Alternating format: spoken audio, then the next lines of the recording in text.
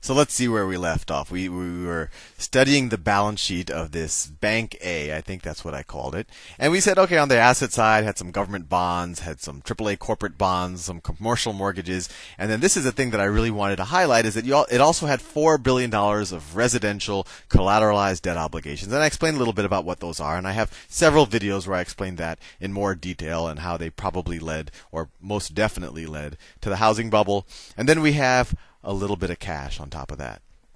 On the liability side, the bank just owns a lot of money to people. If this were a commercial bank, kind of your Bank of Americas or your Chases of the world, then one of the liabilities here would have also been the deposits of the people who keep their money at the bank. But we're not going to assume that. This could be just kind of any bank. Actually, this could be any type of financial institution. Frankly, it doesn't have to be a bank. This could be the balance sheet of a hedge fund or a private equity firm or pretty much any type of financial institution. But anyway, back to where we were in the example. We said, and we learned it in the first video, and we learned it in the balance sheet video, that if you take your assets and you subtract out your liabilities, so you take what you have, you subtract out what you owe, you're left with what you're really worth, and that's called your equity. And if you're a publicly traded company, actually you don't even have to be publicly traded, but if you're a corporation, that's called your shareholders' equity. And what does that mean? Well, that means the people who own a stake in the company, or the shareholders, they share this piece.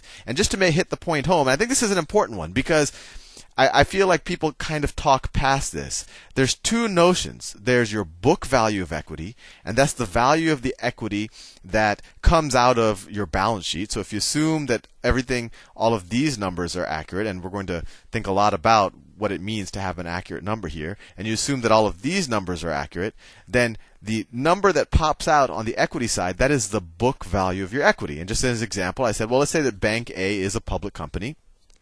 It has 500 million shares. And so that means that if you take its $3 billion of equity, divide by 500 million shares, that means that there is $6 of book equity per share. So that means if all of these numbers are correct, then the stock of that company is worth $6 per share. Exactly $6 per share. And you're saying, wait, Sal, that doesn't make sense. We all know that the stock market is a wild ride, especially banking stocks. They swing left and right and up and down. And how can you tell me that just by looking at a balance sheet you can give an exact amount for what its equity value is? And that is an important distinction. So let me scroll down a little bit. Maybe I'll erase this. Actually, let me clear this out because I think it's a distraction. You might just want to watch the video on mortgage-backed securities and collateralized debt obligations if you need a refresher there. So what does it mean when I'm telling you right now that you can look at a company's balance sheet, and if you believe what they say, you can actually calculate a book value per share. So why do stocks fluctuate wildly left and right? Well, it's interesting, and it actually tells you a lot about what the market thinks about a company's balance sheet. So let me fill this in. This was 26 billion of assets, and then I had 23 billion of liabilities, 23 billion, and then that's how we got equity of 3 billion and book equity per share, or the book value per share of $6. Now let's say we go onto Yahoo Finance and we type in the ticker symbol for this bank, Bank A, whatever we want to call it, and let's say that its market price is, it is $12 per share. $12 per share. So what is happening here? The book value is $6, but the market is saying, no, we are willing to pay $12 per share for one of those shares. And just to make a point here, when you look up a share price in the stock market, or even better, when you buy a stock on the stock market, that money is not going to the company.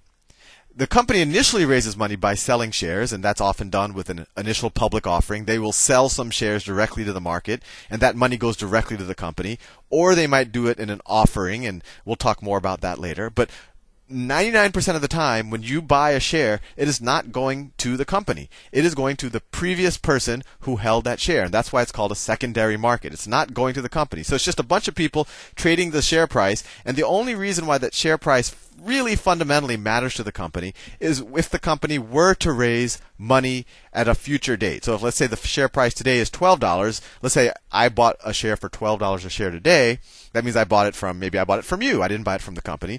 But that at least tells the company that if it needed money, if it needed to raise money, it could sell shares probably at something close to $12 a share. It also tells someone who wanted to buy out the whole company, so if they wanted to take over the company, that maybe if they offered some type of a premium to $12 a share, they could buy out all of the stock. Well, that's not the topic for this, and actually, the more I think about it, I really should do videos on all of these concepts. But anyway, so the market is giving a $12 per share value. What does that mean? The person who's paying $12 a share is assuming that this is understated. The book value is understated. And so if the book value is understated, that means that either the assets are understated or the liabilities are overstated.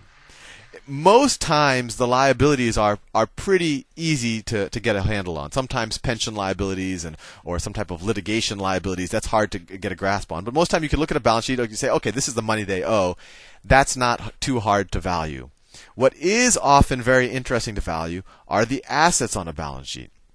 So if with this balance sheet, you would say $6 per share, but the market's willing to say 12, they would say, you know what, the company, either these assets are somehow being undervalued, or the company might have some assets that somehow are not captured on the balance sheet, right? Maybe they're intangible assets, or there's some type of earning power that in some way is not captured here. I think when I originally did the videos on balance sheet, I actually talked about, you can't quantify charisma and good looks, and so that's maybe why I have more assets than my balance sheet might predict. Well, this notion is the same thing, but on the company level. Maybe if this were Goldman Sachs's balance sheet, maybe its book value per share is $6.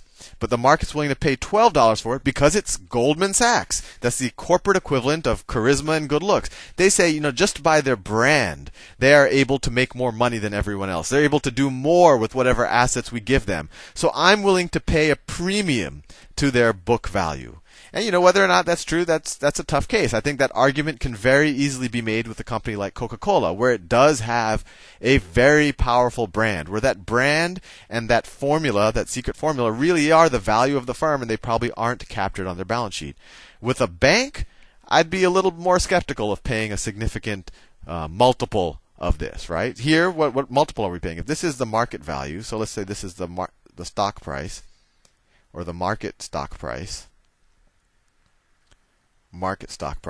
I'd be skeptical of paying 2 times the book value, but it's actually not hard to find a lot of companies that are trading at far more than 2 times the book value. So that's what it means. That's what the market is essentially saying. If they're paying $12 a share for something that essentially has a book value of $6 per share, they're saying, well, or maybe one of these assets are worth more. Maybe they had, on the books, there's like a property here in I don't know, Manhattan that they bought 50 years ago that they have it on the books for 50 cents, but maybe the shareholders say, oh no, that's really worth $1 million or something. I don't know. And another way to think about it is if the market is paying $12 million per share, what's the market cap of the company? And the market cap of the company is really what's the market's guess of what the shareholders' equity is. So the market cap, you take $12 per share, multiply it by 500 million shares. So 12 times 500 million, or let's say 0.5 billion. And you get a $6 billion market cap.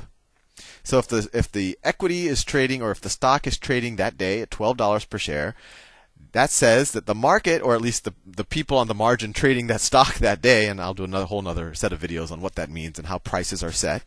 But that means that they think that this equity isn't $3 billion, that it's actually worth $6 billion. And I told you for all the reasons. Maybe the brand is worth a lot, or they have some secret formula, or one of these assets somehow is understated. So that's fine. That's the situation where the market price is above the book value. But what's the situation where, let's say that on that day of trading, the share price is at $3 per share? $3 per share. Well, if we say 3 times 0.5 billion, that means that the market says that this company's market cap is 1.5 billion. Or another way of viewing it is that this is the market's guess, or you could call it the market value of the equity. This is the market's guess of the value of this company's equity. So the market says, okay, I don't care that, Bank A says that they have $3 billion, that their assets minus liabilities are $3 billion. We don't buy it. We actually think that this is only worth $1.5 billion. And it's probably because they think that one of these things on the left-hand side of the balance sheet, one of these assets, are worth less than what the bank says they're worth. I mean, it could be that one of these liabilities are worth more. Maybe there's some type of environmental liability that the company is somehow understating. But let's not get too complicated right now. I'll do a bunch of videos on that. But when the market value or the market cap is below the book value, the book equity, that's the market just saying, hey, we're calling your bluff. Something here doesn't smell right. Something here isn't worth what you say it's worth. And I just realized that I'm out of time, and I will continue this in the next video.